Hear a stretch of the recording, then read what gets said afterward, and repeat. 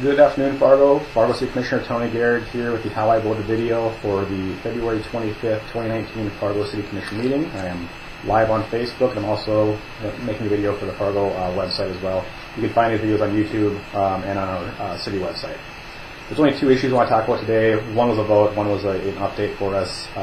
The vote that we took was about the new review policy for the Tax Exempt Review Committee and how they want to change their policy, and that's how businesses and people get tax incentives for new buildings or whatever else.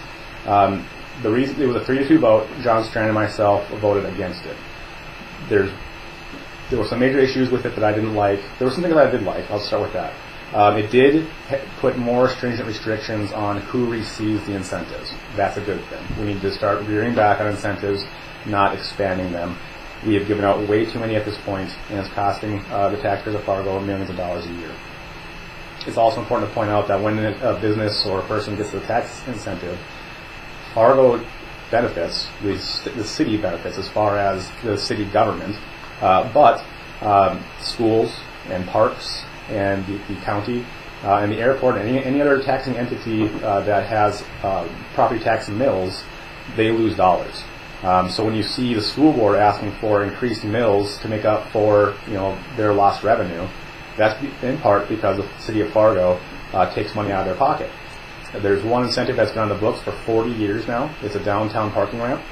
Every year it costs just the school board $250,000 a year in lost revenue because of the incentive that's been on that book for 40 years. That is much older than I am. So that should not be in place any longer. It should have been in place in the first place. So it made it harder to get the incentives. It put more restrictions in place. However, if you do then qualify, it expands the time frame that you can receive the incentive. It also expands the amount the incentive can be. So harder to qualify, maybe. And then if you do qualify, you can get a much bigger payday. That's a problem. We need to start rearing back on incentives, not expanding them. So that was a big deal for me. The other thing that I didn't like was it took, there were two committees before that would look at incentives for, say, the Renaissance Zone versus a pilot versus a TIF, and you can look up what those terms mean. They're just incentives. But now it centralizes the decision-making into one board. So the same people decide all the incentives instead of other boards taking a look at it. I don't think centralizing that is a good idea. The more scrutiny, the better, especially when we're talking about 40-year TIFs that cost a lot of money to the taxpayers of Fargo. So I voted no. John Strand voted no. It was a 3-2 vote. It did pass. The other thing was just an update from the fire department. I'm the liaison for the fire department. I'm super proud of those guys. I think that there's some people out there that have the old conception that firemen sit in the fire station and wait for the bells to go off, and then they go and put out the fire.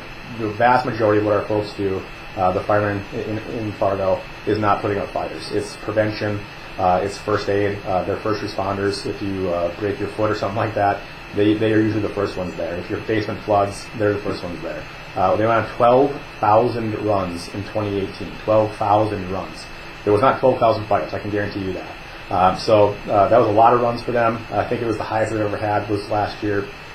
I'm really proud of them, and we're going to keep supporting them as much as we can. So this was your update for the 25 February 2019 Fargo City Commission meeting.